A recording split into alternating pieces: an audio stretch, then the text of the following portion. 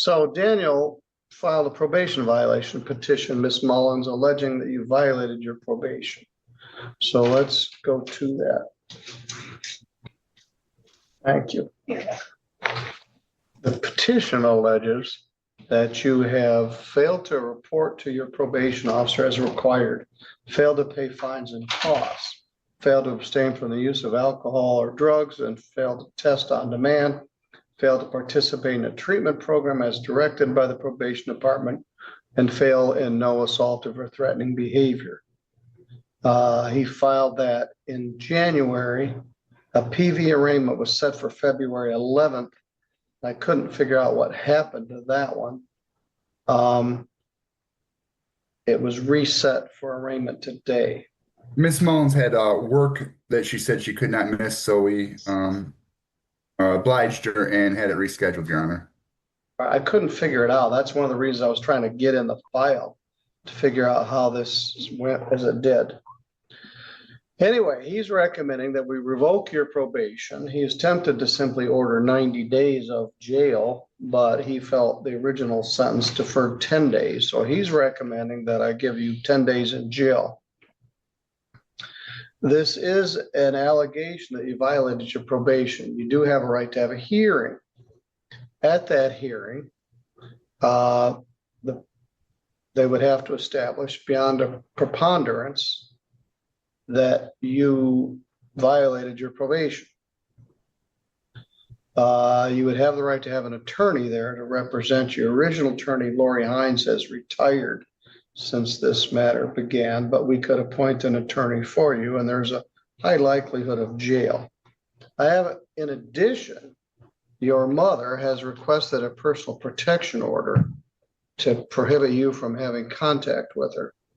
She provided me with dozens of pages of nasty texts and emails. She alleges that you're threatening her.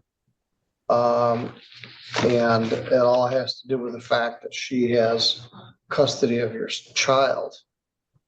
And I'm not sure where you actually live. I don't know whether you're working. I don't know whether we ever got a signed release from your treatment. And I don't know whether you're still using drugs or not, because we haven't had a test in quite some time. My recommendation, Ms. Mullins, is we get a lawyer to help you with this and set it for a hearing. Do you have any objection to that? A lot. All right. Well, do you object to me appointing a lawyer for you? No. All right. I wish Autumn were here, Daniel, because I'd like to do a test right now. If I gave you a drug test right now, what would it show? Yeah. Well, you're not supposed to use marijuana as a condition of your probation. About a month ago. Say that again. From probably about a month ago. Are you still living at Church Street? Where are you working someplace? Where do you work? I've been working at Summit Polymers, Plant 18 for a month. We were never able to confirm any of that. Laura, would you open up the breakout room? I don't know if it matters, but I also have been blackmailed by my mother. Have been blackmailed? All right. Well, the whole problem with your mother has to do with the fact that she has your child. And she's emotionally and mentally abused me through the process. And she says the same thing to you. And we got some voice messages where you are. Videos. I have voice all right, well, messages. Daniel has a message where you just cussed your mother up and down. That was 3 months ago. Kiera Mullins returns to court on a probation violation tied to a 2022 domestic violence case. Her probation officer alleges she failed to report, failed to test, failed treatment, and continued using marijuana. With possible jail time looming, the judge appoints a lawyer and sets a formal violation hearing. Yeah. It's time dated and stamped. It's also shown that since that time, she's let me have my son on the weekend. She contacted me after. Well, this isn't a custody or visitation case. No, but she's violating my probation over a lie. I never threatened her for when. Well, that's not, all right. I don't want you to say you do a poor job of reporting. You haven't paid any I've fines kept and up with costs. You Dan haven't through done any email treatment? and calls. I have updated him about everything. All right, I've been in therapy. I take my medicine.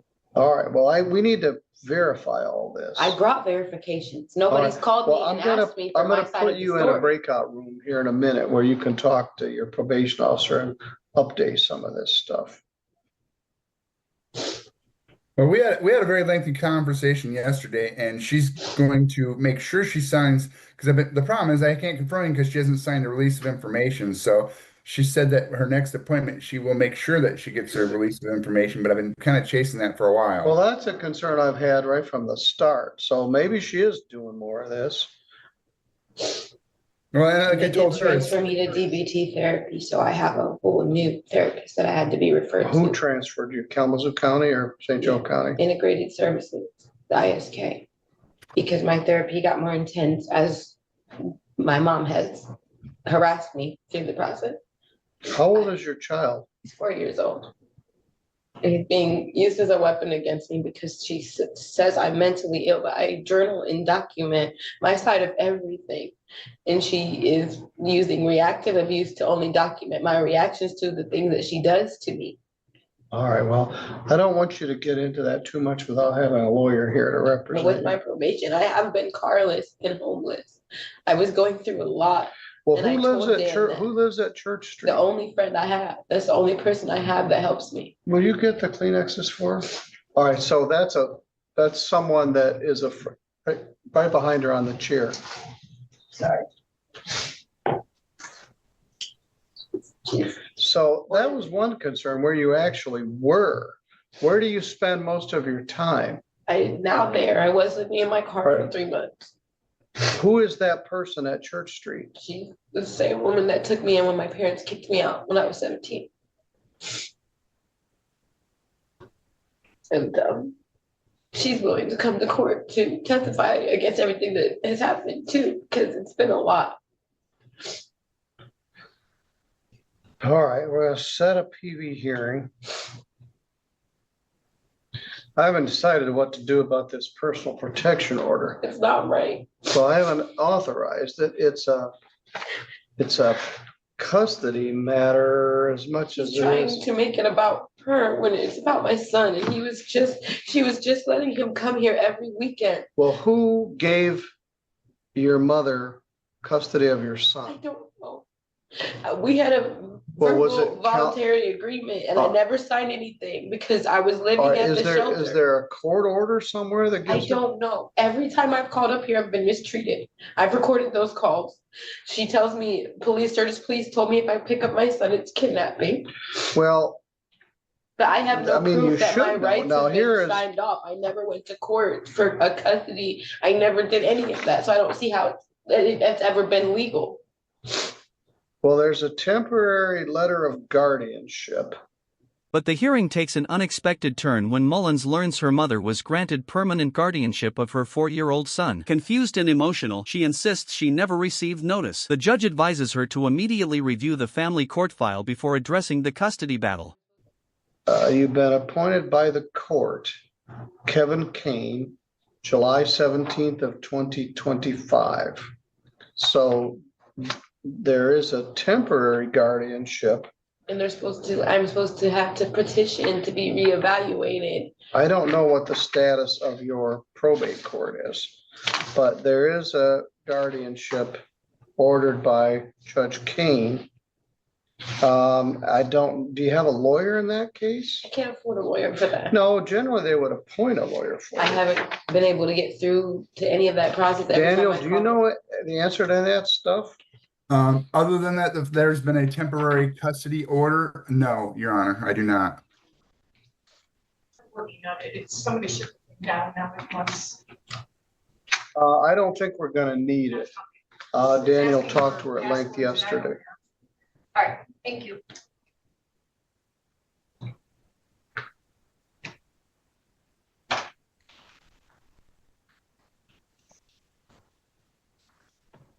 All right, I'm gonna appoint a lawyer, set a PV hearing. I don't know about, this was last September, ordered by Judge Kane. And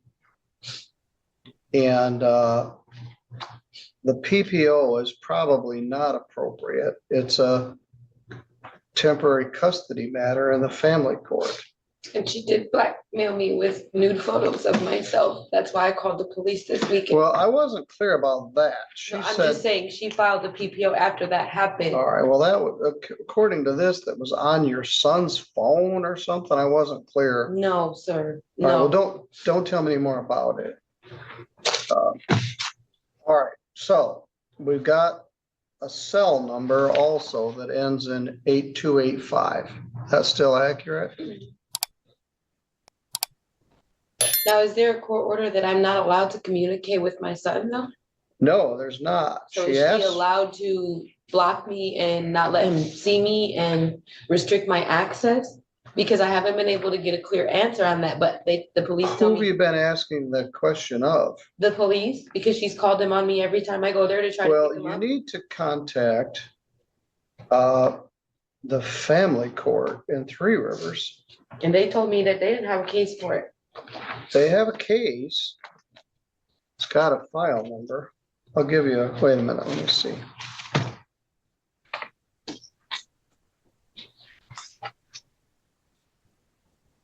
She just, I didn't think it was legal for her to do She that, but I don't. petitioned for guardianship. She was supposed to be able to sign him up from school and take him for the doctor. That's it. We never agreed to her taking my rights and not letting me see him. I never signed anything for that. Laura, would you make copies of these for me?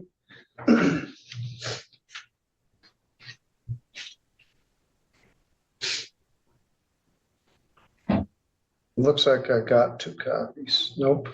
There was one on September 17th, a temporary letter of guardianship. And then on October 14th, they gave a permanent guardianship. Permanent. There must have been some sort of notice to you regarding that. I don't never think- got that. All right, well, I'm gonna give you copies of that paperwork. So my rights are terminated? No, they're not terminated. But she has a guardianship. And I don't know enough about it. It used to be right here in this building. We were all in the same building. But the family court now is in Three Rivers. I would recommend before you go back to Kalamazoo, you stop in Three Rivers and ask to look at that file and see what the status is. But there's a permanent order of guardianship according to PPO file from October of last year, signed by Judge Kane. And I don't have that file in front of me. All I have is the order. So as far as the PPO, excuse me, as far as the criminal case goes, the probation violation, your probation officer is recommending 10 days in jail and revoke the probation. You're obviously not real hot on that idea. So, yes. So I'm going to take you out to the court office. We'll appoint a lawyer for you in this case. In the guardianship case, I gave you the copies of the order from the family court. I'm not ordering that you do this, but my recommendation would be you stop in Three Rivers and tell the bailiffs you need to speak to show them this and say you'd like to see this file to know what your status is. But I don't think they could just do this ex parte, appoint your mother as guardian without any notice or input to you. And I can't tell what notice was given because I don't have the whole file.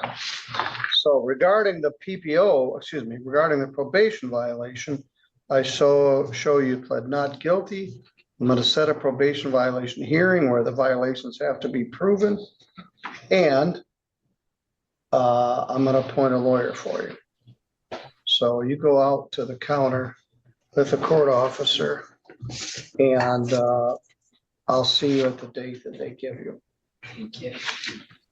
All right, thank you. Both halves of the stainer here are here. Okay, So that's a consultation at 9:30. 9:30. Bring them in.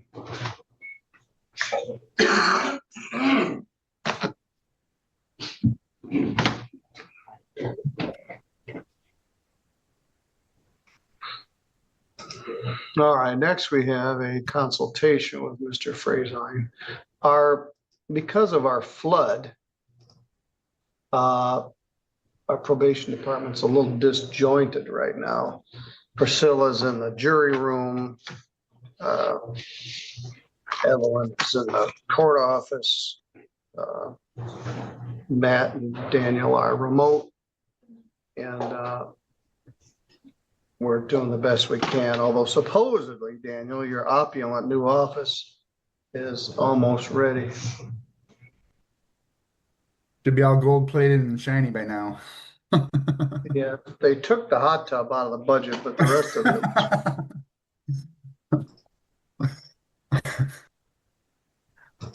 All right, I didn't realize, we just emailed that you'd had a long conversation with her yesterday, so that's at least promising. Do you believe she actually is working at Summit Polymers? That is probably one of the only things that I believe, yes. All right. I can tell you that the testing's been inconsistent. Her last time I have a positive test was like 5 months ago, so she should have been clean by now. So it's not like as she was trying to paint it, titrating out, she's still using marijuana. Yeah, we need to get her an attorney. Yeah, that's what I told her would probably happen, and that was probably the best thing for her. All right, well, let's take up our consult here in People versus Caleb Evan Stainer. That's you, sir? yes. File number is 252434. We do consults just to get the people in and talk to them and try to all get on the same page. You're not charged with a probation violation. You're not out of favor with the court. We just needed to figure out what we're going on here. So you were placed on probation last January 1st. And we had a no contact issue. And we lifted that. And we were causing more harm than good. Daniel, what's the current status here? Well, I spoke with Miss Baldridge. She called me, hope I'm pronouncing that correctly, back in the end of January, stating that this no contact was making it difficult for their mutual children and raising them and was causing more harm than good. I had told her that typically we'd like to see them actively engaging in treatment before we revisit that. By the time we got to court, he'd have a few under his belt. He has been attending regularly his DV group. I don't know if it's 3 or 4 classes that he's had at this point. He's told me, I have not seen it, but he told me that he has a 60 days clean chip in the end of January. He's been very compliant with reporting, and I really don't have, I mean, it's been a short, I mean, I've only had him on for, barely 2 months, or not even quite 2 months now, but he seems to be doing very well. And I mean, I can't see any reason why we would need Ms. the Baldridge, would you come up and have a seat? In a separate consultation, Caleb Stainer appears for a probation review in a domestic violence case. After earning his 90-day sobriety coin and attending 5 DV classes, his probation officer reports full compliance. Even the victim agrees lifting the no-contact order would benefit their children.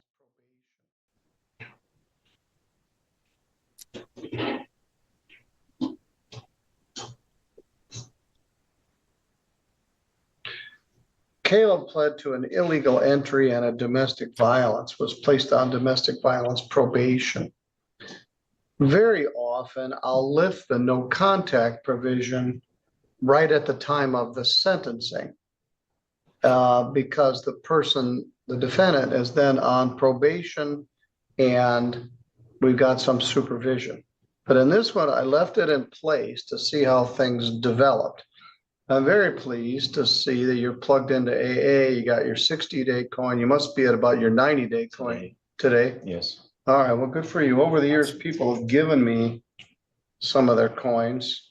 I got a lot of 1-year coins and some 3-year coins. And people will just come in and give me their coin.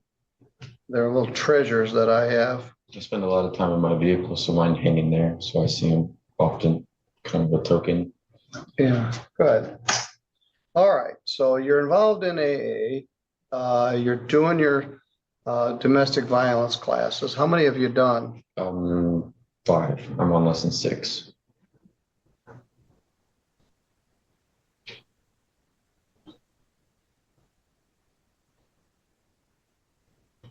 And Ms. Baldrige says that no contact is actually making life worse and harder for everybody, including the children. Is that correct? Yeah, that's a little bit difficult, given the fact that we have to have a middleman, which so far is working okay, but it does make it a little more difficult come time like injuries or sickness, stuff like that.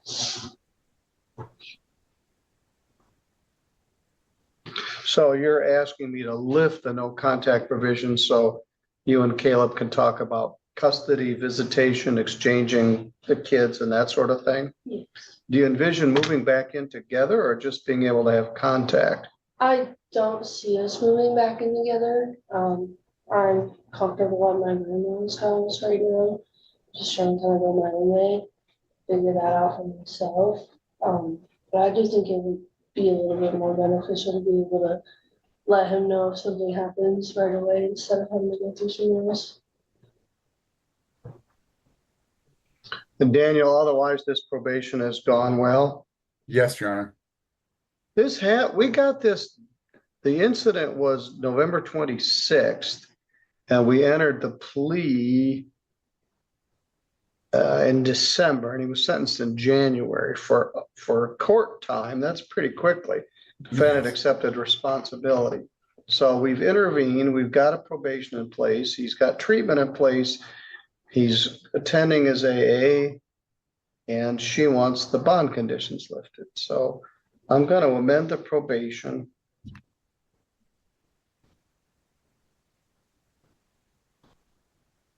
to lift the no contact.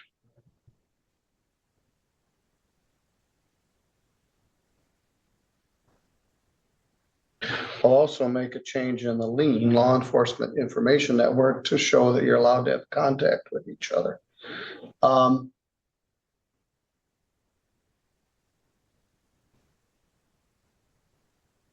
You can go out to breakfast, you can go to the movies together, you can even move in together, although you're not envisioning that at this point.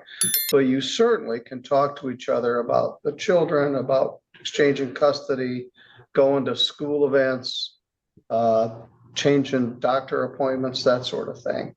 Now, your other conditions remain in effect: no assaultive or threatening behavior, no drugs, and no alcohol.